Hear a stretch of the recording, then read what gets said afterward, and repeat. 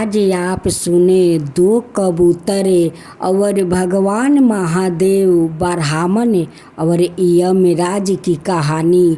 खूब सुंदर कहानी है। दो कबूतर की अद्भुत कहानी। एक दिन एक कबूतर भयानक वन में शिकार करते समय पत्थर पानी हवा की चोट से अत्यंत दुर्गति में पड़ गया। कुछ दूर आगे बढ़ने पर उसे एक वृक्ष देखा। उसकी छाया में जाने पर उसे कुछ आराम मिला।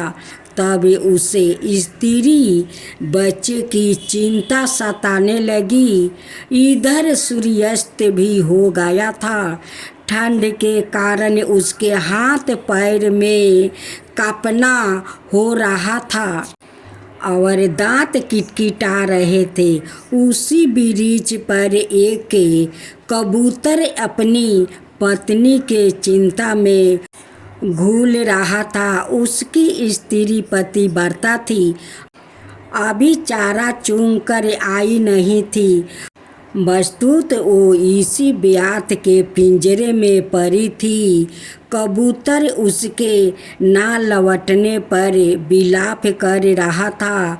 पति का विलाप सुनकर कबूतरी बोली, नाथ, मैं पिंजरे में बंधी हुई हूँ, कृपाए आप मेरी चिंता ना करें, अतिथि धर्म का पालन करें।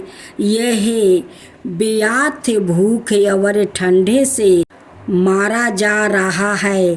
छाया काल अपने अवसर पर आ भी गया है। यह अर्थात अतिथि है। यद्यपि यह शत्रु है, फिर भी अतिथि है। अंत इसका स्वागत करे। इसने जो मुझे पकड़ रखा है वो मेरे किसी कर्म का फल है। इसके लिए व्यर्थ को दोष देना व्यर्थ है। आप अपनी धर्ममयी बुद्धि को शिथिल करें। थके हुए अतिथि के रूप में सारे देवता और पितरों पधारते हैं। अतिथि स्वागत से सबका स्वागत हो जाता है। यदि अतिथि निराश होकर लौट जाता है तो सभी देवता और पितरों भी लौट जाते हैं। आप इस बात पर ध्यान ना दें कि इस व्यर्थ ने आपकी पत्नी को पकड़ रखा है, क्योंकि उपकार करने वाले के साथ जो अच्छा बर्ताव करता है वो ही पुण्य का भागी बन जाता है। कबूतर अपनी पत्नी के धार्मिक प्रवचन से बहुत प्रभावित हुआ। उसमें धर्ममयी बुद्धि जाग पड़ी। उसने व्यर्थ के सामने उपस्थित होकर कहा, तुम मेरे घर पर आए हुए अतिथि हो। मेरा कर्तव्य है कि मैं प्राण देकर भी तुम्हारी सेवा करूं। इस समय तुम भूखे और ठंड से मृत्यु पराये हो रहे हो। थोड़ी देर प्रतीक्षा करो। इतना कह कर वो उड़ा और कहीं से जलती हुई एक लकड़ी ले आया। उसे लकड़ी के ढेर पर रख दिया। धीरे धीरे आग जल उठी। उससे व्यर्थ की जकड़न दूर हो गई। तब कबूतर ने व्यर्थ की परिक्रमा कर अपने को अग्नि में झोंक दिया। व्यर्थ उसे अग्नि में प्रवेश करते देख कर घबरा गया और अपने को धिक्कारने लगा। फिर उसने कबूतरी और अन्य पंछियों को पिंजरे से निकाल कर छोड़ दिया।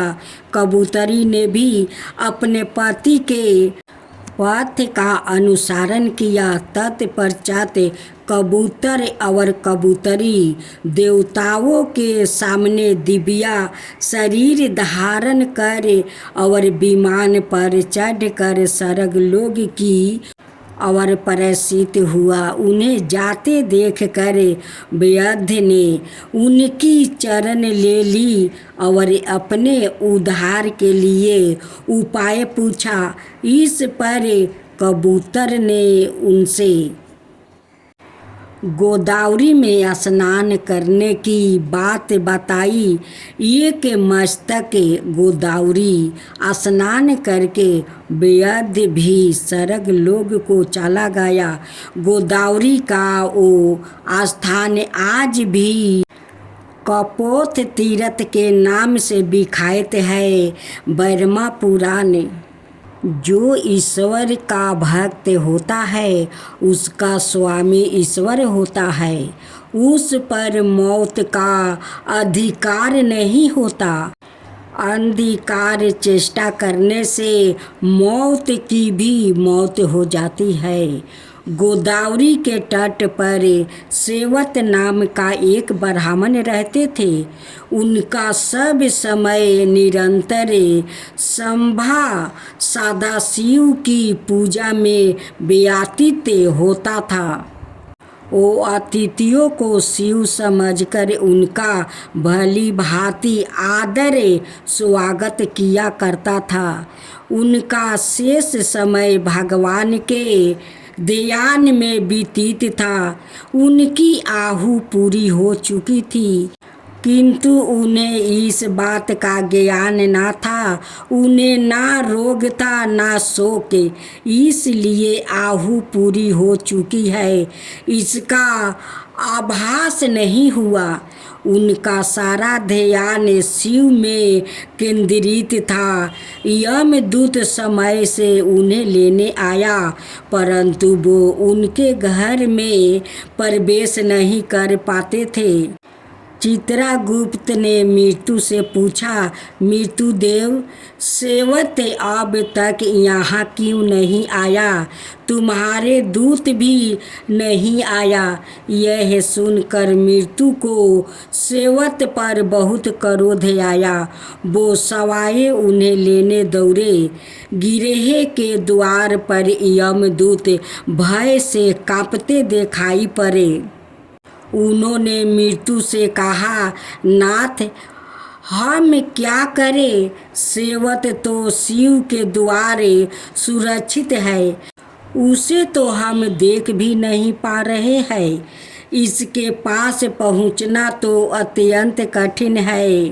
दूत की बात सुनकर मौत का क्रोध और भयानक उठा। वो झट ब्राह्मण के घर में प्रवेश कर गया। ब्राह्मण देवता को यह पता न था कि कहाँ क्या हो रहा है। मृत्युदेव को झपटते देखकर भैरव बाबा ने कहा, मृत्युदेव आप लौट जाइए। किंतु मृत्युदेव ने उनकी बातों को अनसुनी कर सेवत पर फंदा डाल दिया। भक्त पर मृत्यु का यह आक्रमण भैरव बाबा को सहन न हुआ। उन्होंने मृत्यु पर डंडे से प्रहार किया। मृत्युदेव वही ठंडा हो गया। यमदूत भाग कर यमराज के पास पहुँचे। वो डर के मारे थर थर काँप रहे थे। मृत्यु को सुनकर यमराज को बड़ा क्रोध आ गया। उन्होंने हाथ में यमदंड ले लिया और अपनी सेना के साथ सेवत के पास पहुंच गया। वहाँ भगवान शंकर के दूत पहले से ही खड़े थे। सेनापति कार्तिकेय के शक्ति अस्त्र से सेना सहित यमराज की भी मृत्यु हो गई। यह अपूर्व समाचार सुनकर भगवान सूर्य देवता के साथ ब्रह्मा के पास पहुँचे और ब्रह्मा सबके साथ घटना स्थल पर आए देवताओं ने भगवान शंकर की स्तुति की और कहा, भगवान यमराज सूर्य के पुत्र है, यह लोकपाल है, उन्होंने कोई अपराध या पाप नहीं किया है, अतः इनका वध नहीं होना चाहिए, इन्हें जीवित कर दे, नहीं तो अव्यवस्था हो जाएगी। भगवान आपसे की हुई प्रार्थना कभी व्यर्थ नहीं होती है। भगवान आशुतोष ने कहा, मैं भी व्यवस्था के पक्ष में हूँ। वेद की एक व्यवस्था है कि जो मेरे अथवा भगवान विष्णु के भक्त हैं, उनके स्वामी सवाए हम लोगों होते हैं, मृत्यु का उन पर कोई अधिकार नहीं होता है। यमराज के लिए यह व्यवस्था की गई है कि वो भक्तों को अनुचरों को साथ प्रणाम करे। इसके बाद भगवान आशुतोष ने नंदी के द्वारा गौतमी गंगा गोदावरी का जल मरे हुए लोग पर छिड़कवाए। तत्क्षण सब के सब स्वस्थ होकर उठ खड़े हुए।